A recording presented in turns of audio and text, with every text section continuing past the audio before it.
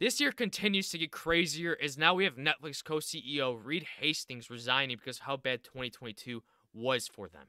And we've seen that Netflix lost subscribers for the first time in over a decade last year, obviously causing their stock price to tank. And you also see the crappy content that is being put out by this company having these woke agendas and messaging backing them. Having The Witcher Blood Origin being one of Netflix's lowest rating shows ever on their platform, and having The Witcher Season 2 ultimately not sticking to the source material, and having one of their main actors have a have disagreements about their showrunners and leaving the show because of it.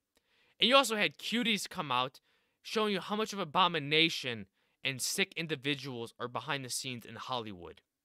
And you can ultimately thank this guy for greenlighting all these projects, but you can also thank him for having the good in Netflix, as he was the top of the top as being co-CEO. Hollywood Netflix's co-CEO Reed Hastings has abruptly resigned his position after nearly 25 years heading the company, signaling a sea change at the left-wing streamer. Now, I don't know if this is the board of directors saying that he has to step away because of how bad the company has gone downhill, or if this is him actually leaving the company because of how bad he is seeing the ship turn for the worse.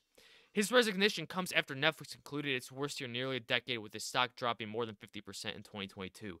Now, you can obviously thank the subscribers lost for that, but you can also thank having the economy within the U.S. being shambles as we're currently in a recession, and the financial side of things in the U.S. isn't looking so good at the moment. It continues on right here. I've increasingly delegated the management of Netflix to Sarandos and Peters, wrote Hastings. It was a baptism by fire given COVID and recent challenges within our business, but they've both managed to incredibly do well, ensure Netflix has continued to improve and develop a clear path to reaccelerate our revenue and earnings growth. Now, we'll have to see if these new co-CEOs are actually able to steer the ship of Netflix in the right direction, or if they're going to be doing as they've been doing within this past few years and ultimately just continue down this path of having these woke shows continue to come out and having all this messaging as these castings aren't diverse enough and that we need more people of color within them, even though we've seen so many shows have a diverse cast that come from all walks of life and backgrounds. This is what he had to say. So the board and I believe it's the right time to complete my succession. Now, as I said, I don't know if this the board is seeing the faults of the co-CEO and they want him to step down because of how bad he's been steering the ship of Netflix, or if ultimately Reed here is the one who's seeing how bad the board is treating the company and steering the ship in a bad direction.